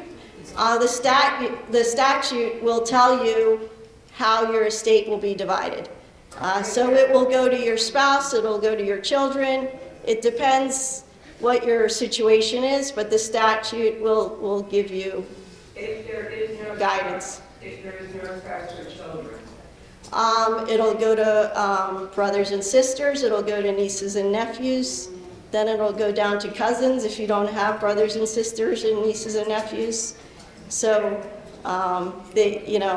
you'll have extended family getting your estate if you don't have a will. One other question, if it was left for charitable organizations, is there a way that that can be protected in your will, that they do not get taxed on it? Charities do not have to pay inheritance tax, they're also exempt. Yeah. Are you saying that a divorced person can still get proceeds from? No, the ex-spouse would not get. I thought you said that. No, I was saying if you have children from a prior marriage and you're married for a second time, the current spouse and the children will split up the estate in accordance with what the statute says. I have a question. In New Jersey, do the beneficiaries of a will receive a copy of the will automatically? No, so the executor will send a proof that the will has been probated, and they can offer to provide a copy of the will, and you do have to give them a copy of the will if they ask for it, but you don't have to send it to them automatically. But it also is a public record, so they can get it themselves if they want it. Hi, my husband died in 2016, and I didn't change my name, I kept it, so his money went to me. And now, a few years ago, my brother died, and my sister and her husband, they had the lawyers on there. I didn't have no money then, so my sister and her husband, they got the lawyers. They put a freeze on my brother's money, and me and my sister and my other sister, they got the one. We all shared my brother's money, and my sister became the executor of my brother's money. And And, my son, he wanted to be the executive instead of the primary, whatever. But the lawyer said that my son is not a sibling, so he didn't get it. He's pissed off at me and whatever. Now my other thing is, I have a special needs daughter that's in Burlington County in the town of Willingboro. She's speech delayed, but she can ask things, but she's not gonna have a conversation like you or me. So, but from time to time, I might talk to the group mother, but I don't know what she has or whatever she's entitled to. And then the other thing is that my husband died, and we shared a house together between him, me, and my 3 kids. What's your question?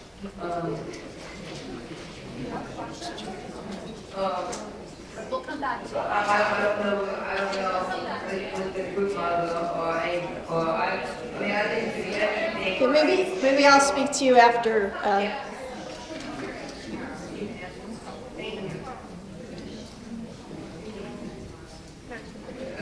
Yeah, I have 2 questions. One, is it necessary to provide a copy of your will to the executor that you have donated? No, you do not need to give a copy of your will to the executor. Yes. You can if you want, it's up to you. You can just let your executor know where the will is, someplace safe in your house. Do not put it in a safe deposit box unless they have access to it. They won't be able to get to it. So I recommend that you put it someplace safe in your house, a fireproof box, that type of thing. Okay. My second question is, you mentioned that the will has to be probated, right? Let's go to probation in the state, right? Mm-hmm. Is there any document that has go for probate? Like, say, for example, living trust? I'm sorry, is there a what? The last will has to go for probate, right? Right. How about the living trust? Is there any other document that you like? No, so only the will gets probated. If you have a revocable living trust, you don't need to probate that document. Okay. So my last document that I think several people have gone over before is the living will. So the state of New Jersey allows a person to execute an advance directive or a living will. So that includes a proxy directive and an instructive directive. So that means you're appointing someone to make your healthcare decisions for you when you do not have the capacity to make your own healthcare decisions. It's also an instruction directive because it's instructing that person on what you want done.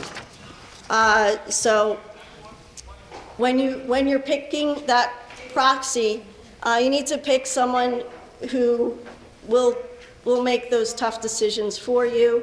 If you think that person's not going to be able to make that decision for you, as the previous speaker said, choose someone else. You want to make sure that your wishes are carried out.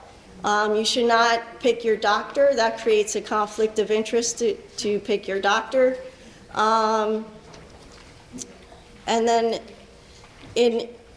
so I provided you with the advance directive form in the folder that was given out to you.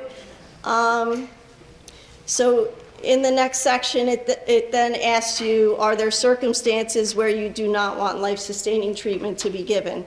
So if you state that you do not want life-sustaining treatment in certain circumstances, then there's 3 different circumstances where you may not want life-sustaining treatment. So you can pick one of them, you can pick 2 of them, you can pick all 3 of them. So the first example is if you have a terminal illness, such as cancer, you're at the end stages of that disease. If you don't want life-sustaining treatment, you would initial next to that. The second example is if you become permanently unconscious. If you're in a coma, 2 doctors have stated it's permanent. You're not going to come out of that coma. Again, if you don't want life-sustaining treatment to be given, you would initial next to that section. And the third section is not necessarily a terminal illness, but a degenerating type of disease, like advanced dementia, Lou Gehrig's disease, Parkinson's. It's any kind of degenerating type of disease where at some point the benefits are being outweighed by the detriments.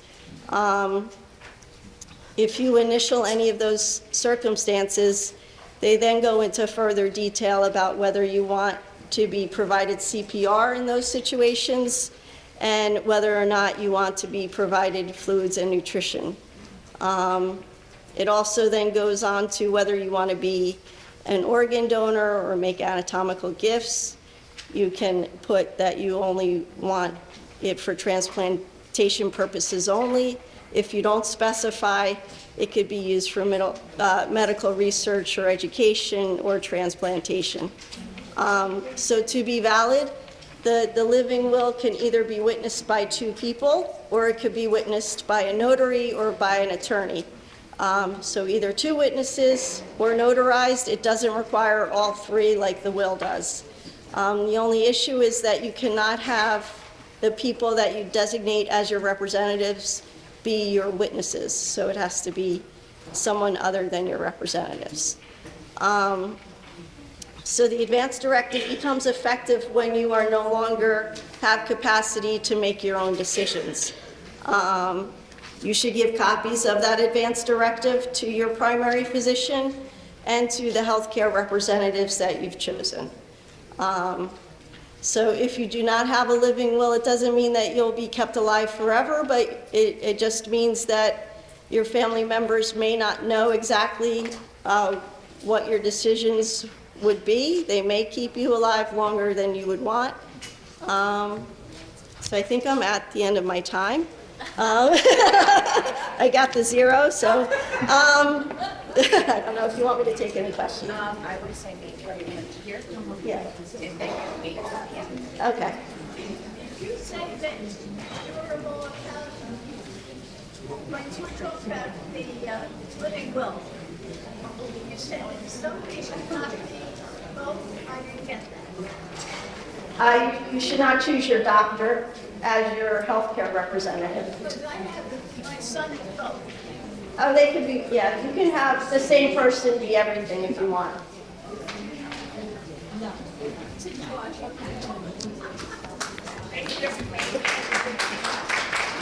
Can I say you're going to stay for a little bit? Thank you, Diane. Diane will be in the back if you would like to speak with her after the next presenter. All right, so our next presenter is Clarabelle Cortez. She became the Middlesex County surrogate in March 2021. She is the first woman surrogate and the first Latina constitutional officer in Middlesex County history. Accompanying her is George Stillwell, a probate clerk and outreach coordinator who has been in the surrogates court for 5 years. Welcome. Thank you for joining us. Good afternoon, everyone. Can you hear me? In the back? Okay. I'm a native New Yorker. I love New Jersey, but I'm a native New Yorker. So I'm going to use my New York voice. Yes, ma'am. Let's give this a second. By a show of hands, how many of you have a will? Okay, great. So, the majority. And I'm sure you're walking away with a lot of information, which is fantastic. But I want to tell you what happens if you don't have a will, if you do have a will, also what happens in our office. Because when you transition, your family will have to come over to our office to probate your will. And I always tell everyone to change her will. He has the right, he or she has that right to challenge that will. So what I tend to do, the recommendation that I give to my family members is have a conversation. Have a conversation and let them know what your wishes are. I think you covered a lot of that today. Communication is key. But what happens when they do challenge it? Most of the times, don't the last will prevail? Yes, normally. It's out of my hands at that point. It goes to the superior court, and we have a probate judge there that will bring both parties into the courthouse, and he will listen to both cases. Of course, someone will have to bring in facts and proof. If you think that the will is not accurate, if you think that someone's will was under influence, it does happen. We have several cases that are being challenged right now. But I don't want to scare you. All I can say is if you have a will, chances are that won't happen. And also, it will avoid any conflict if you don't have a will. Yeah, and also that by having a will, it's making it easier for your loved ones to move forward with any type of assets that have to be handled in your estate. Yeah, exactly. So I'm going to talk about this a little bit more, but believe it or not, 63% of New Jersey residents die by will. That's a large number. And there could be other reasons. I know someone was inquiring about the fee. I'm going to cover that a little bit, but let's talk about a bond. What happens when there is no will? Yeah, so if there is no will and there are assets in the estate that have to be taken care of, you have to go through what's called administration. And with administration, we need a list of all the assets that have to be taken care of that were in the decedent's name, but did not have a beneficiary. So it could be a car, house, bank account, stocks, IRA, anything like that. And by the state of New Jersey, you are bonded because there is no will. And that's just a state law, unfortunately. And many people come in, many children come in asking why they have to do it. And unfortunately, it's something that has to be done if there is no will. So that's another important thing about having a will, is because you bypass this completely. And your family saves so much more money than as to having to do this administration where a bond is going to have to be completed. And that is pretty pricey, depending on the value of the estate. So before I move on, I do want to highlight some of the packets that we have in the back. I think a few of them already. Yeah, in the back we have the living will kits. I know a bunch of you. Yes, and it's a lot of great information here. I know a lot of the speakers here already provide a lot of information. Definitely take it home, read it, discuss it with your family members. But there's something in there that I highly recommend. Whether you have a will or not, I hope you do consider getting a will, so you can put your family members at ease. But the personal record of, this is critical. Here you can list all of your bank accounts. You can list the insurance information. It's a list. And put it with your will. This will take away the guesswork for your family members. Yeah, we had a case not too long ago where the family member had to wait a month or two until the mail arrived so they could figure out where's mom banking, where's her IRA. Take away the guesswork. Yeah, and in our office, if your loved ones don't know your assets or have an idea of your assets, we also have a process that they have to go through just to get an order to then go to a bank or go to, wherever they have to go, wherever they think there's an asset, and that is very time consuming. So by having this personal record, this does help so much and kind of just give a map as to where they would have to go next. And that's a great segue to what I was just going to say. Yeah. I call this series Mapping Your Legacy. And it's because you want to leave a legacy behind. You want them to still hopefully like you after you leave. But imagine, I can't even imagine, I'm very blessed, my parents are still alive. But I'm having these conversations with them. And being first generation Hispanic American, while I was born in the US, my parents are immigrants, They don't want to have that conversation, but it's not just isolated to immigrants, I think it's everyone. No one wants to have that conversation passing away, but it's a necessity. There's a young lady in the back that has a question. Yeah, What can you wait for the mic, please? I'm so sorry. Bring the light to you. I have a feeling the camera guy is gonna appreciate the audio.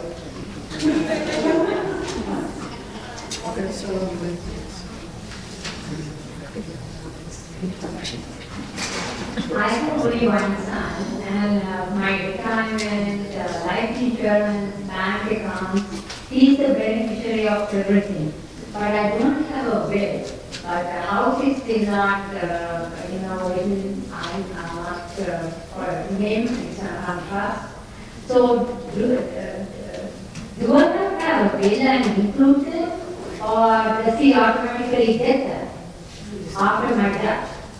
So if I understand you correctly, you have a house, the house is still under your name? Yeah, but all the others, my retirement account, my bank account. So this is going to go back to what George just spoke about. So there's no will, she has a house, your son's going to have to get bonded. Yes, yeah. Yeah, and depending on the value of the house, the bond could be anywhere from $3,000 to $6,000. So that's an additional cost that your son will have to pay. No, I'm planning to do it, but my concern is just retirement, if I die, even if after I retire or I'm living, he is the beneficiary. So he inherits money from retirement account to my job and whatever the money I have in my bank account. So do they have to be included when I'm doing the house? When I'm transferring, doing the will, and I transfer the house to him, after my death. Do I have to include all the other stuff in the will? No, so in regards to making a will, I would say it's not like how it is in the movies, where it's like, you get this, you get that. It's more of everything in the estate. So, like you said, the house is in your name. I suggest getting a will, because you're gonna have, your children are gonna have issues once you pass away, and they're gonna probably have to get administration and get bonded. So in regards to that, I suggest seeking legal advice, maybe speaking to your accountant, and kind of see what the next steps are in regards to that. But I think a will would benefit you. I think she has one son. Oh. And you said you have one son, correct? Yeah, but state law still requires us to bond him. Right. Because we have to protect any debt as well. So again, a will take that away. Yes, ma'am. Listening to her, from what she was asking, for example, I have a will, and because I have a house and I have a car. And I think that do not have beneficiary-driven assets, but she has beneficiary, like her IRA should be beneficiary-driven. So whoever she named for that, correct, would not be have to include in the will, because that's a separate asset. Exactly. So you really need to figure out what can be beneficiary-driven versus what. Agreed, yeah. And also, this is where this comes in handy too, right? So it's great that you have an IRA, it's great that you have a bank account, and you have a payable concept, POD, which was used earlier, but you have to know where to find that, right? So it doesn't have to be listed in the will, because it's a payable concept, that's right. Does that answer your question? Yes. Yes, Wait for the next. Both of the original will that my father had, then all of a sudden the executor and the trustee, he was appointed by my dad, okay? Now, suppose there was a new will that was drawn, and it was very, very close to the original will. And then the signatures, if you look at both signatures of that second will, it looks just like, very, very much like before my dad died. But after he died, a new will was made up. Yeah, what signatures? That signature still stands, but there was not very much difference in that second I'll take it. I would love for George to jump in here as well. So are you telling me that the will was created after he died? Very minor things were changed, very, very little things were changed, but Okay. his signature looks very, very much like when he was alive. But the second will was put out a little after he passed away, a little after he passed away. Well, I mean, if I understand her We correctly, used that signature, but it was the same. A little, but very much the same, but very little changed. but if the will is dated after his death, it's not valid. Yeah, we would never be able to take that if the will was dated after his death. Yeah. So we're wrapping up almost. One second. I promise, we're almost done. We'll go out and enjoy the sunshine in a minute. So I think we covered a lot already about basically why it's so important to have a will. We covered a lot of this already. It provides peace of mind. It gives you the ability to appoint an executor. What else is it provide, George? So in regards to just avoiding disagreements, by having a will, most likely the family came together and already spoke about who's going to be the executor and who's going to be in charge. So that's why it is, and that's why Clarabelle has also stated that it is important to have those conversations. I'm only 28 years old, and I have conversations all the time with my families and all my family, and they think I'm crazy because I'm the one speaking about it at this age. But I see it all day long and how important it is to kind of start now, and in the end, it's going to benefit everybody. So that's why, in regards to making a will, it's so important because it does just give such a easier transition. Hold on 1 second, I'll be right with you. It gives such an easier transition than it would be if you didn't have a will. Exactly. And I think one of the speakers also mentioned this earlier, the first speaker, is stating your wishes. For example, I was brought up Catholic, as I mentioned, first generation Hispanic American, and in my family, everyone always gets married. My wishes are not that. I want to be cremated. So these are conversations, and I call it 5105, that's my magic number. But, you know, that being said, you have to tell your family what you want. So have these conversations, put it in the will, and you don't want to leave the guesswork to them. Right. I can't emphasize that enough. And I have some great information for you that's coming up regarding legal services. So hang tight, have your phones out, so you can take a photo of them, okay? Yes, ma'am. I just wanted to ask her question. If you don't have the money and you want a will, what do you do? And That's coming up. That's going to come up. So I have references that Did you have it? for legal services. Yes, ma'am. I love that color on you, by the way. Yeah, the blue is beautiful. Okay. We found an attorney for a joint trust. And we're told we did not need a will because everything was in trust for the two of us. We told us that it cost money to get the trust, but that was in lieu of a will. That's what we were told. That's perfectly fine. Yeah. So, I mean, there might be 1 or 2 items that are not part of the trust, and I'll let George talk about it real quick. So in regards to that, the attorney is probably right. There just might, there just might be an instance where if not everything was in the trust, you might have to come forward. That's usually in regards to the cars. So cars. But if both names are on, Then that's fine. Yep. Yeah. Then you're good to go. Yeah. Then you're all set to go. The cars are one of the biggest things where people will come into our office and have issues with getting the title changed. So that would be one thing. But if a trust is what you guys did, then most likely it's all set. Exactly. All right, so there's one more question here, and then I want to go on to the legal services. How much time do we have left? it's 15 minutes. Okay, fantastic. Me and my husband, we had a house in Staten Island. He died in 2016.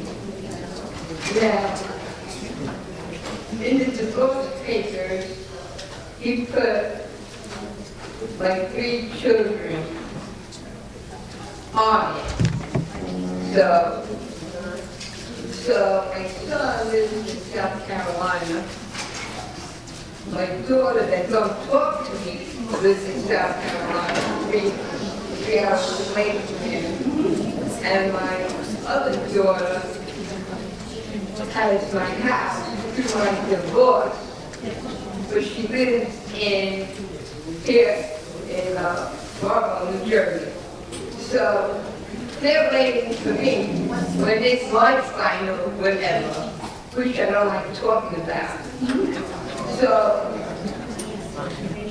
when it's my time, they're supposed to split the house at the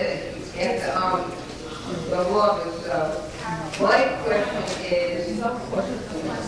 question is, what they have to do after it's my time gone?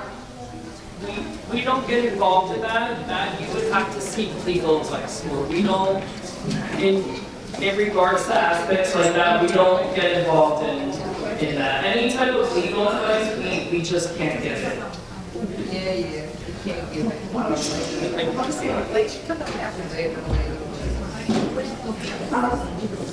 And I'm going to give you some resources here that can help you with that, because Yes. that sounds it's not in our wheelhouse.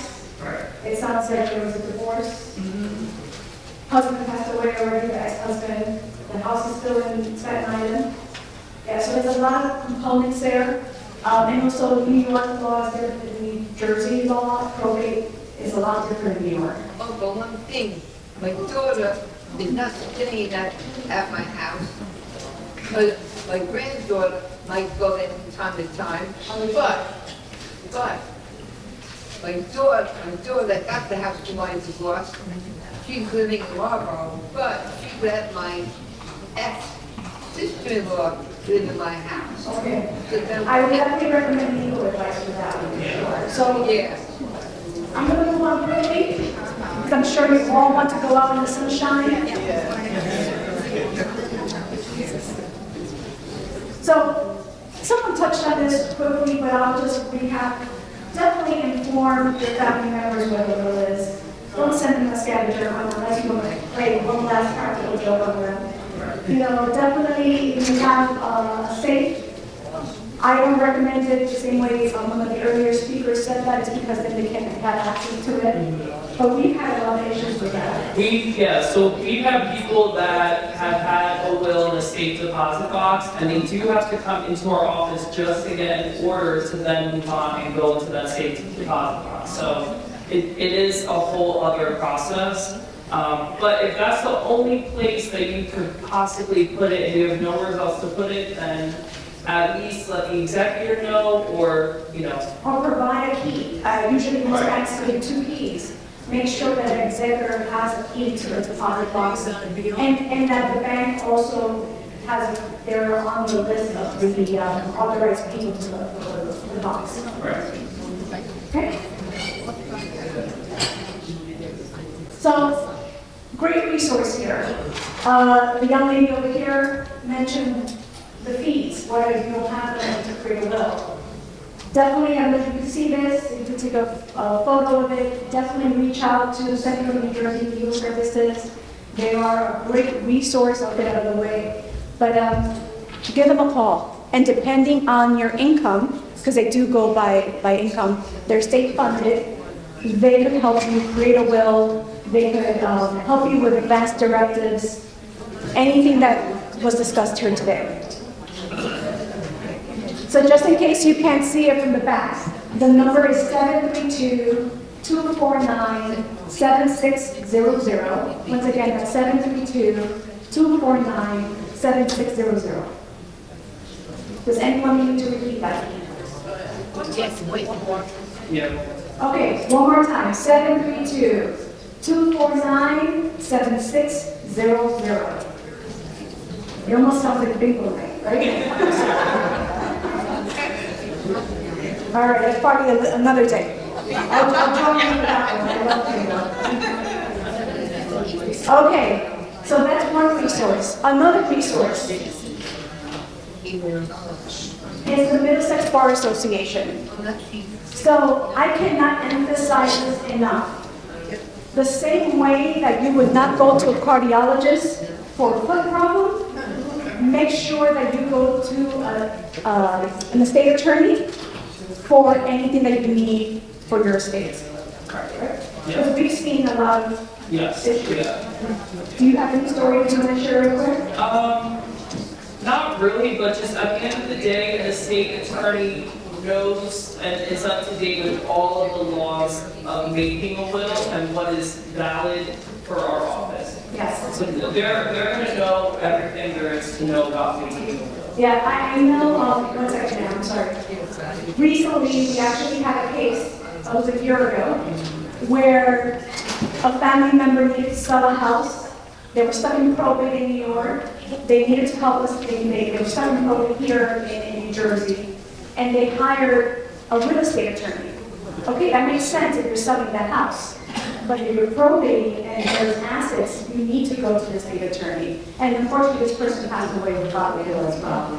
And it took them 8 months to get everything taken care of, when it probably would have taken them 2 months if they would have gone to the right attorney. So make sure that this person specializes in estate law. And this number here for the Bar Association is 732-828-0053. Once again, 732-828-0053. Give them a call and they can give you a list of attorneys that's here in Middlesex County that specialize in estate law. Yes, ma'am. What was your question? Okay, no worries. Thank you. So, anything that we missed? No, I think that's it. I think I hope we aren't scaring you, but to kind of, awareness of making a will and making sure it's done the right way.